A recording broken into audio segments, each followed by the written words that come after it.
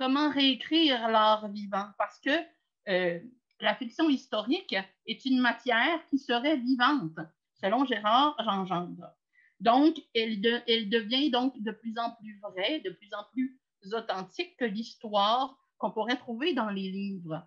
Et c'est pourquoi, pour ce spectacle-là et pour toutes mes recherches pour le renard au tambour, j'ai axé mes recherches dans deux branches distinctes. Deux branches de l'histoire. Une qui est écrite dans les livres, qui dit en telle année, ça a été fondé par telle personne. Après ça, il y a eu telle famille qui s'est installée, combien il y avait d'habitants, et ainsi de suite.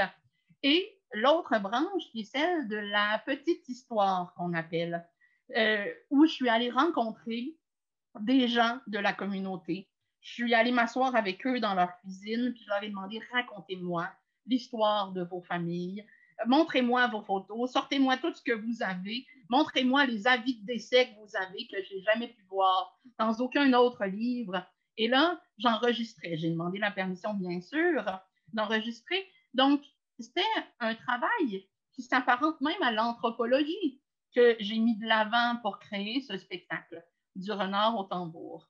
Quand je me suis penchée sur ces questions-là, je me suis dit, mais l'histoire trouve aussi ses profondeurs dans la musique, dans les instruments qu'on utilise à travers les années, à travers les siècles, à travers les paroles qu'on va utiliser dans les chansons qu'on va véhiculer. Alors, je me disais que la richesse de l'histoire était, oui, finalement, dans ces deux branches, celle du livre, celle de l'histoire racontée par les gens de la communauté, mais aussi dans cette troisième branche qui est celle de tout l'univers sonore, l'univers musical de l'histoire.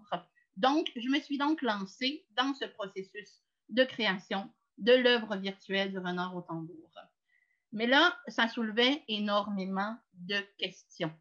Donc, comment écrire une fiction historique sans les ressources de l'art vivant que j'anticipais utiliser avant la pandémie? Et là, ça fait boule de neige. Donc, il y a énormément de questionnements qui sont soulevés et je me suis dit, la manière de m'en sortir, ça va être d'avoir une approche poétique par rapport à mon œuvre, par rapport à ce que je vais mettre de l'avant. L'approche poétique, là, c'est de comment on fait l'œuvre. On se pose des questions à savoir qu'est-ce qui mène l'œuvre à son existence, puis tous les matériaux, les gestes, mais aussi la présentation de l'œuvre, son exposition, sont donc l'objet de l'étude de la création. Tout ce contexte pandémique m'a amené à savoir comment réutiliser une œuvre précédemment réalisée pour en créer une nouvelle. Et là, j'ai trouvé des réponses dans ce qu'est la transécriture. Selon Alain Jeté, la transécriture est un phénomène de migration des histoires entre les médias, donc une manière de proposer une nouvelle œuvre en se servant d'un récit déjà existant. Donc, c'est ce que j'ai fait. J'ai pris mon propre récit et je l'ai fait migrer vers d'autres médias. Et là, j'avais pas envie de présenter un spectacle filmé. Je trouvais que pendant la pandémie, c'est ça qu'on avait vu beaucoup de l'art vivant. On faisait une pièce de théâtre, on la filme et on la diffuse. Mais je trouvais que on perdait beaucoup de cette essence de l'art vivant qu'on a quand on va au théâtre. J'ai fait, ben, je peux pas faire ça, moi, dans ma création. Ça serait me mentir sur ce que je trouve qu'il y a de force dans l'art vivant. Donc, je ne voulais pas filmer ça, je voulais quelque chose de plus humain. Donc, je me suis demandé, bon, quels éléments mettre de l'avant afin de toucher le spectateur? Et ça, ben, j'ai répondu à cette question-là assez rapidement. C'est lié à l'écriture de la fiction historique. Donc, c'était un travail déjà fait en amont, tout ce récit. Comment on touche, peu importe le médium qu'on utilise, ben, le récit qui est véhiculé, les personnages qu'on met de l'avant, tout ça et peut prendre la forme qu'on veut et après ça, on peut le traduire soit en théâtre, soit à l'écran, soit en spectacle de rue. Donc, tout ça, pour toucher l'universel, toucher l'humain, c'est de la matière qui existe indépendamment, selon moi, du médium qu'on utilise. Donc, comment offrir une expérience différente aussi l'album puis du spectacle scénique. Comme je vous disais, je ne voulais pas prendre le spectacle, le filmer puis le diffuser. Puis je ne voulais pas non plus aller rechercher des chansons de l'album et puis monter ça comme un spectacle où là, on va avoir toutes les voix une par-dessus l'autre. Je voulais que finalement, cette œuvre-là s'appartienne à elle-même, en elle-même, puis qu'elle offre des choses différentes de toutes les autres œuvres que j'ai pu faire avant par rapport au même sujet. Donc, comment utiliser l'écran au service de l'art vivant dans un contexte comme celui-là? C'est quoi les caractéristiques de l'art vivant qu'il m'est possible de transposer? J'ai donc eu à me poser la question, pour moi, c'est quoi l'art vivant? Pour moi, c'est de l'authenticité, de la proximité. C'est un rapport réel, donc en opposition inévitablement à l'artificiel. Pour moi, cette authenticité-là, elle est là dans la présence. Et cette présence humaine, à travers l'écran, on ne l'a pas. Mais pourtant, en ce moment, je vous parle, puis vous la sentez, ma présence humaine. Parce que je suis en relation directe avec vous, en communication directe avec vous. Alors, on est en train de recréer une parcelle de cet art vivant. Bien sûr, vous ne sentez pas l'odeur de mes cheveux. Bien sûr, vous ne voyez pas l'ensemble de mon bureau. Ça, c'est les contraintes de l'écran. Je n'ai pas le choix de vivre avec ces contraintes-là, pareil, en faisant un spectacle virtuel, mais je peux aller rechercher ce que moi, je considère qui est fondamental à l'art vivant. Donc, j'ai voulu explorer l'intime, le sensible, l'authentique. Donc, travailler l'authenticité, que ce soit bon, par le jeu, le regard, mais aussi, pour moi, l'authenticité se travaille dans la fragilité. La fragilité que j'ai pu retrouver dans la lecture. Vous allez voir, parce que le spectacle, je vais vous le présenter à la fin, c'est contes et musique. Finalement, le choix final, ça a été de faire, pas jouer des personnages, mais de faire raconter l'histoire par des conteurs. Des conteurs qui vont être en relation directe, comme je le fais présentement avec vous, avec les spectateurs, où là, je viens briser le quatrième mur, d'une certaine manière. Mais je viens briser le quatrième mur, le deuxième mur de l'écran. Parce que quand on se parle, là, on n'a plus cet univers que l'écran va former dans lui-même. On n'a plus les mêmes codes parce qu'on brise ce mur-là. Et ce n'est pas le même mur qu'au théâtre, par exemple, quand on va utiliser l'écran. Parce que le théâtre va être là pour, quand on brise le quatrième mur, souvent, il va avoir un effet de provocation, de remise en question, de confronter le spectateur pour qu'il prenne part à l'action. Et là, quand on est dans l'écran, c'est une autre relation quand on brise ce mur-là.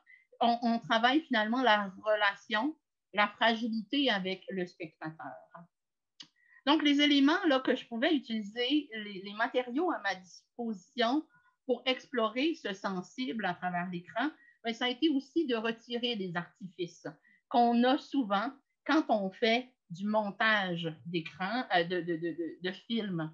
Donc, on avait vu aussi beaucoup pendant la pandémie des spectacles de musique ou des chansons où tout le monde a son écran, chacun chez soi, et que là, tout le monde se filme en train de chanter ou en train de jouer d'un instrument. Puis après ça, on remet tout ça ensemble et on a une belle mosaïque. Mais la chanson à l'audio, elle est pareille. Elle est pareille que ce qu'on retrouverait à l'album ou pendant un spectacle où tout le monde est en présence.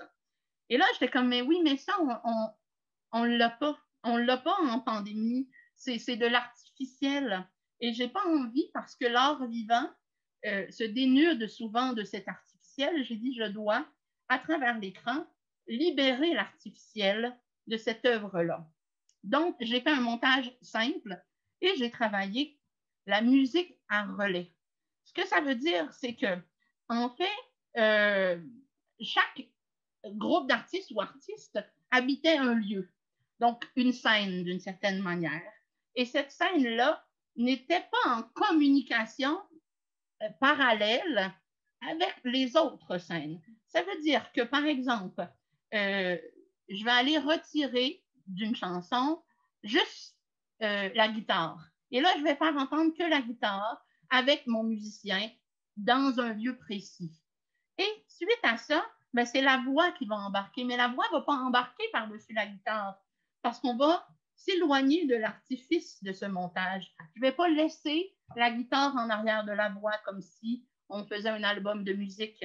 Je vais laisser la voix seule. Je vais donc lui enlever tout son bagage musical, puis de cette manière-là, je vais aller toucher l'intime, je vais aller toucher le vivant. Et ce spectacle-là, c'est donc formé à relais. Vous allez le voir tantôt, je vais vous le présenter, un grand extrait de 25 minutes. Vous allez donc pouvoir mieux comprendre ce que je vous explique maintenant. Donc, je l'ai épuré pour m'approcher de l'authenticité. Mais aussi, quand on regarde un spectacle à l'écran, si on voyait quand même tous les rouages, toutes les coupures, toutes les hésitations, mais d'une certaine manière, on perdrait quand même cette relation, ce fil, ce grand fil qui nous conduit du début à la toute fin d'un spectacle où le voyage sensible peut être poursuivi. Alors, bien sûr, j'ai fait du montage, mais minime, pour garder l'essence aussi. J'ai gardé quelques hésitations. J'ai gardé quelques jeux peut-être un peu moins justes aussi pour me rapprocher de cette authenticité-là. Et il y a eu plusieurs commentaires positifs liés directement à cette question de l'art vivant, de cette proximité, de cette authenticité. Je vous en lis un. J'ai visionné Le Renard au tambour hier soir et j'ai été happée par ce spectacle très différent du précédent. Évidemment, cette personne-là avait donc vu le spectacle scénique. Bien qu'en ligne, je suis un peu tannée des écrans, j'ai été totalement happée par les prestations. Donc, les textes, les musiciens, les narratrices, le décor, la caméra, le montage. Donc, pour cette spectatrice-là, tout ce travail de l'authenticité dont je vous parle depuis tantôt, de l'intime, a fonctionné. Parce que de ce qu'on peut en déduire, c'est que même si elle était tannée des écrans, mais ce spectacle-là lui a ramené ce rapport au sensible.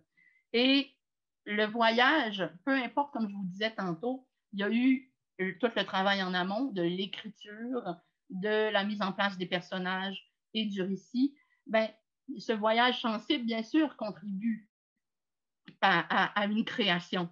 Mais ma communication aujourd'hui, c'est vraiment pour vous montrer comment on peut réussir à apporter de l'art vivant à l'écran en dehors du simple fait de tourner ou de filmer un spectacle en art vivant.